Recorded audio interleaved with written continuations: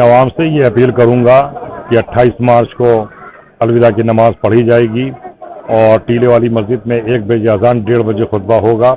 मेरे सारे लोगों से अपील है, सारे लोग हिंदू हों चाहे मुसलमान हो, सब ये उर्दू बोलते हैं और चाहे उर्दू की मुखालफत जो लोग करते हैं, मैं समझता हूँ ये वो मुनासिब नहीं, अच्छी नहीं है। एक बात, दूसरी बात ये है कि जो उर्दू के लोग हैं वो उर्दू ही बोलते हैं। उनको मेरे बिरादरान वतन से खासकर और अपनी कौम से ये अपील है कि ईद के त्यौहार को खुशी की तरह जैसे मनाया जाता है, खुशी का त्यौहार ही है। अपने रिश्तेदारों को, अज़ीज़दारों को, अपने पड़ोसियों को, अपने बिरादरान वतन को आप इनवाइट कीजिए और उनको मुबारकबाद पेश कीजिए। खुशियों को बांटना चाहिए और ईद की खुशियों में सबको शामिल करना चाहिए और ख़ासकर गरीबों को, यतीमों को, मिस्कीनों को और नादारों को, कमज़ोरों को ईद की खुशियों में शामिल करना चाहिए।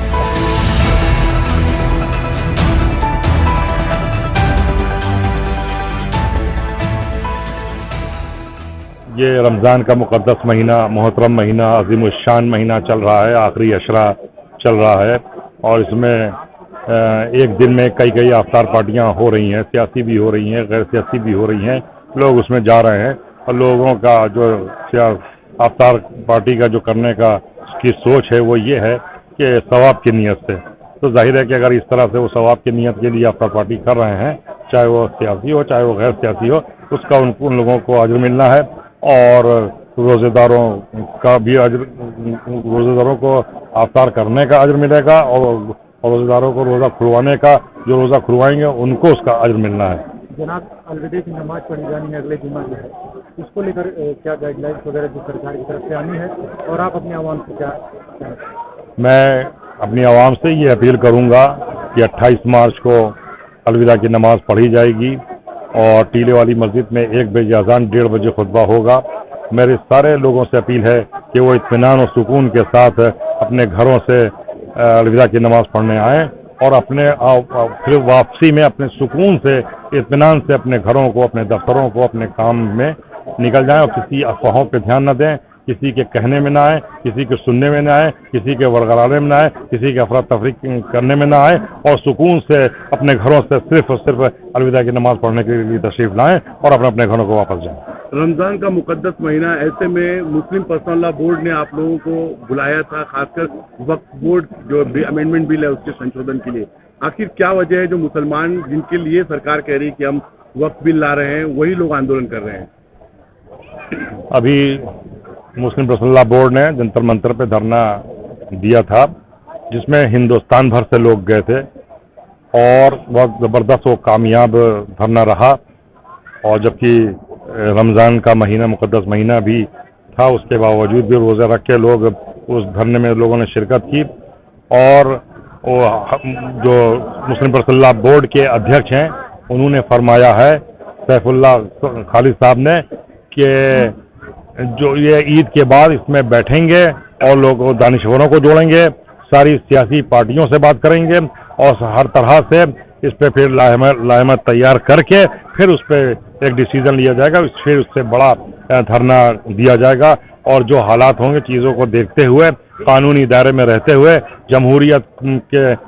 उसमें रहते हुए हर तरह से धरना प्रदर्शन होगा। और उन्होंने अपील भी की है कि जो भी धरने प्रदर्शन हो वो बड़े पीसफुल हों, सुकून और शांति वाले हों और हर तरह से धरने ईद बाद प्रोग्राम बनेंगे। और मैं ये समझता हूँ कि पूरे हिंदुस्तान में इस तरह के वक्फ बोर्ड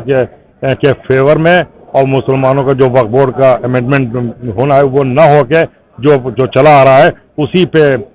ये कहा जाएगा कि साहब उसको ही तरमीम न करके मुसलमानों को जो मुराद है उसको आप रहने दें। इस पे पूरे हिंदुस्तान भर में जलते हुए धरने प्रदर्शन होंगे। नवाज साहब, क्या वजह है कि इस दशक में जो है मुसलमानों के नाम मिटाए जा रहे हैं, खासकर चाहे मुगलों के नाम से हो, मुस्लिम नाम जो है, उर्दू जबान से परहेज है लोगों को, आखिर कैसे देखते हैं कहाँ जा रहा है हिंदुस्तान? नहीं तो उर्दू तो जो है जबान वो लश्करी जुबान है, मिली जुली जबान है और जाहिर है कि हिंदुस्तान में कोई मैंने तो कोई जो लोग जो आवाम है, ख़ास लोग हैं, वो हिंदी ठेठ हिंदी बोलते हुए नज़र नहीं आए। जब भी बोलेंगे तो उसमें उर्दू के अल्फाज बोलते हैं और इस तरह से जो भी डिपार्टमेंट है, मिसाल के तौर पर आप तहसील कहते हैं, तहसील उर्दू का लफ्ज़ है, जेल खाना कहते हैं वो उर्दू का लफ्ज़ है, दाखिल खारिज कहते हैं वो उर्दू का लफ्ज़ है, इंतखाब है वो उर्दू का लफ्ज़ है, और इस तरह से सारा तो उर्दू के लफ्ज़ हैं। और तो मैं ये समझता हूँ कि उर्दू को जुदा नहीं किया जा सकता है, क्योंकि वो मिली जुली ज़बान है, और उसी में लोग सारे लोग हिंदू हों चाहे मुसलमान हो, सब ये उर्दू बोलते हैं। और अच्छा, उर्दू की मुखालफत जो लोग करते हैं, मैं समझता हूँ कि वो मुनासिब नहीं, अच्छी नहीं है। एक बात। दूसरी बात ये है कि जो उर्दू के लोग हैं वो उर्दू ही बोलते हैं, उनको हिंदी भी मिला के बोलते हैं। ये यहाँ का हिंदुस्तान का ये स्टाइल है, ये यहाँ का तरीक़ाकार है। रमजान के मुक़द्दस महीने में खासकर हिंदुस्तान के लोगों को, चाहे हिंदू हो मुसलमान हो, सबसे क्या अपील करना चाहते हैं कि हिंदुस्तान की एकता, बंधुत्व और जो है लोगों की बरकरार रहे, वो बना रहे। मेरे बिरादरान वतन से खासकर और अपनी कौम से ये अपील है कि ईद के त्यौहार को खुशी की तरह जैसे मनाया जाता है, खुशी का त्यौहार ही है ईद, सिवैयों का त्यौहार है ईद। तो अपने रिश्तेदारों को, अज़ीज़दारों को, अपने पड़ोसियों को, अपने बिरादरान वतन को आप इनवाइट कीजिए और उनको मुबारकबाद पेश कीजिए। जिस तरह से आप हम लोग जाके होली और दिवाली की मुबारकबाद पेश करते हैं, इसी तरह से मेरी सबसे गुजारिश है कि वो ये त्यौहार ये हिंदुस्तान में का त्यौहार है, हिंदुस्तान में त्यौहार है, इसलिए हर तरह से ईद की खुशियों को बांटना चाहिए और ईद की खुशियों में सबको शामिल करना चाहिए, और ख़ासकर गरीबों को, यतीमों को, मिस्कीनों को और नादारों को, कमज़ोरों को ईद की खुशियों में शामिल करना चाहिए। और खुशियों में इस तरह शामिल करना चाहिए कि अगर आपने अपने लिए भी अच्छा कपड़ा बनाया है तो आपको अपने गरीबों भाइयों को, यतीमों, मिस्कीनों के लिए भी और अपने पड़ोसी को अगर का ख्याल रखते हुए, ताकि वो हर तरह से ईद की खुशी में आपके साथ शामिल हो सके, यही मेरी अपील है। सदका और फितरे के ऊपर थोड़ा सा बता दीजिए, कब तक अदायगी हो जाएगी? सदका जो है नमाज ईद उल फित्र से पहले अदा कर देना चाहिए, और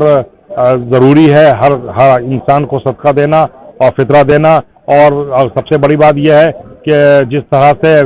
नमाज फ़र्ज़ है, रोज़ा फ़र्ज़ है, ज़कात फ़र्ज़ है, हज फ़र्ज़ है, तो जिस तरह से सारे फ़र्ज़ है, फ़राइज़ हैं, इसी तरह ज़कात भी फ़र्ज़ है, तो ज़कात भी पूरी लोगों को निकालना चाहिए। उससे इंशाअल्लाह